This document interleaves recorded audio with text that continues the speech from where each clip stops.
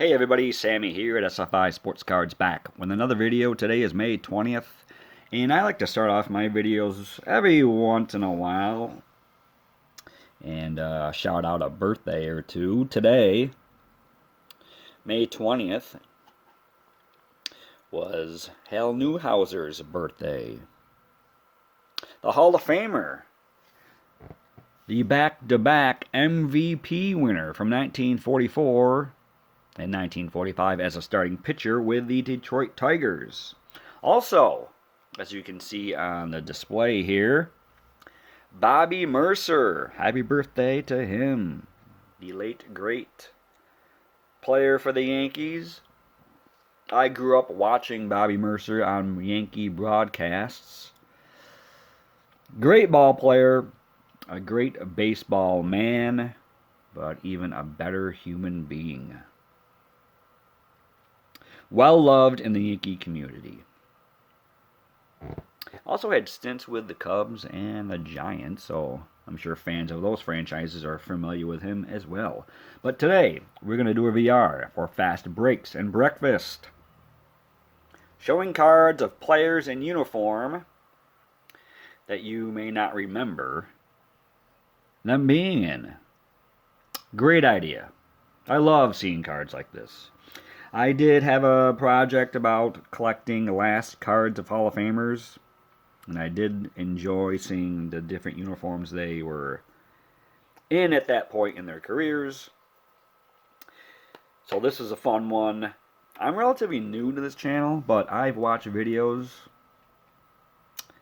from their library and enjoy seeing they do, all sorts of stuff. Modern card box breaks, box wars. I've seen CSG grading reveals. And they have their fair share of great vintage cards. So a very diverse channel, which is right up my alley. I love diversity. My collection, I'd like to think, shows a little bit of diversity. So I like collecting all different eras. So really enjoy what I'm seeing so far. But let's get on with the cards. My first one, 1963 Topps, Minnie Minoso. Here in a Cardinals uniform. The least amount of games played with a team in his career, 39 games in 1962. I'm used to seeing him in his White Sox or Indians uniform, so this is different. At the age of 38, this is kind of like the decline of his career, which is understandable. He would go on making appearances again in the league at the age of 52 in 1976 and age of 56 in 1980. But this is a great card, though. These 63s are known for this chipping on the bottom, and this one isn't too bad, but great card of the great ball player Minnie Minoso here in a Cardinals uniform. Next, I mentioned last cards of Hall of Famers. This is probably one of my favorites. 1975 Topps Frank Robinson here in an Indians uniform. Now Robinson, he did play parts of 3 seasons in Cleveland, but this is his, I believe, his only solo card of him in this uniform. He did have a 1976 card, but that is a team card of the Indians. Great looking card. This is in great shape, too. Yes, but I believe his only solo card in a Cleveland uniform. I do like collecting Frank Robinson cards. One of my favorite players to collect. So I had to include him in this video. Nice last card of the Hall of Famer. Next, this is something a little different. We go to 2014 Bowman. First card of Trey Turner in a Padres uniform. Turner was drafted by the Padres 13th pick overall in 2014 out of NC State. He would never wear a Padres uniform in the major leagues. He was traded to the Washington Nationals in 2015 in a 3-team trade with the aforementioned Nationals. I think Tampa Bay was involved, along with San Diego. 12 different players in that trade. Now, I'm glad I picked this one up. It's a cool card to have of a very talented player in the game today, and who I follow quite regularly as I watch games. So that's a nice one. Next, how about Hall of Famer Rich Gossage? This is his 1992 Fleer in a Rangers uniform. The Goose, he played for 9 different teams in his career. And he logged the least amount of innings with the Rangers than any other team he played for. At the age of 39, he played the 1991 season with the Rangers. You can see he went 4-2, 3.57 ERA, 40 1/3 innings pitched. To be honest, still quite effective at that age. But from there, he went on to play 2 seasons in Oakland and then finished his career in Seattle. But you don't see him in this Rangers uniform very often. So that is an odd image right here of him in Texas. Next, we go to another Hall of Famer.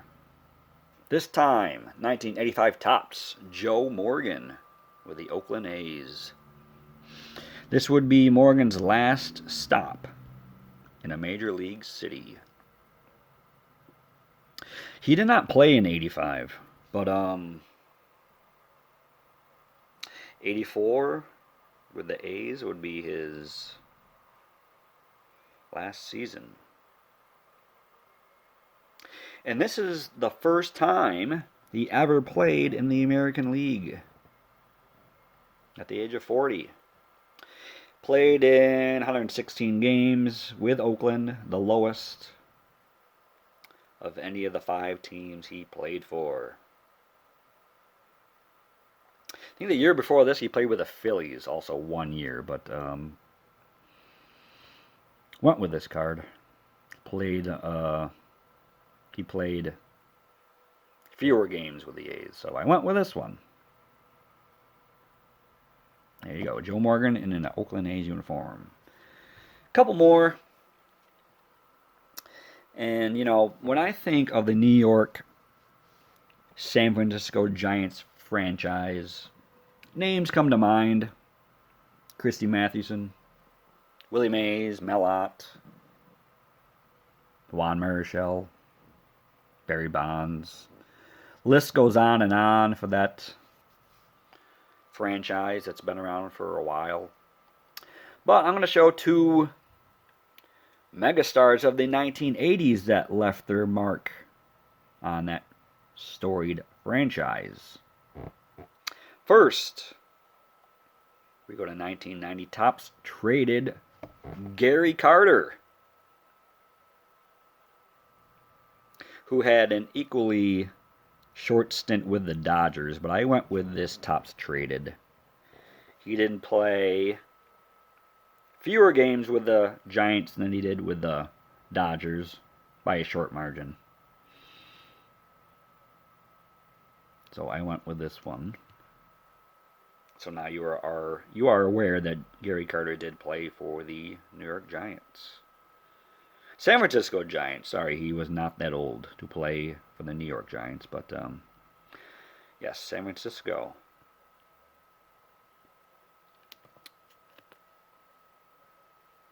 Can't remember how many games. Maybe 100 or so games he played with the Giants. Not many, though. interesting card to look at, to be honest. Because, you know, not familiar with him playing there, so. A neat one there. And last, you know, sticking with the Giants franchise, they have produced some great right fielders in their history. Mel Ott, like I mentioned before, comes to mind. Jack Clark, he was a great right fielder for them. Hall of Famer Ross Youngs, who played way back in New York. Bobby Bonds, also a great overall player. He manned right field for the Giants. But I want to add another name to that list. And we're going to go with the 1995 Upper Deck. Darryl Strawberry. This San Francisco Giants legend went on to play 29 games there. By far the lowest games played for any team he played for. Now this was in the middle of when he signed that 6-year, $20 million contract with the Dodgers. The Dodgers actually bought out his contract and released him on May 26, 1994. Then he went on to sign with the Giants, where he, like I said, played 29 games. From there, he moved on to the Yankees for, I think, like 4 seasons. Was a role player. Helped them to, you know, 3 World Series. He didn't play in the 98 postseason, but he did get 2 rings with the Yankees. So let me know in the comments. What is your favorite Darryl Strawberry moment in a Giants uniform? Flood that comment section for me. I'd like to hear about them. But yeah, that's my entry for the VR. Like I said, this was a fun one. Going through all, you know, my collection, seeing what I can find. Of course, this is not all of them. I'm sure I have many more. But yes, check out Fast Breaks and Breakfast. Great VR and one I'm glad I participated in. Go support their channel. Consider entering into this contest. Great giveaways, but we all know that, you know, the support to the channel trumps any prize that we may get in these VRs. But that's about it. 1 VR down. There's more to come. Everybody have a great weekend. Enjoy it. Be safe out there, and we'll talk soon. Take care, everybody.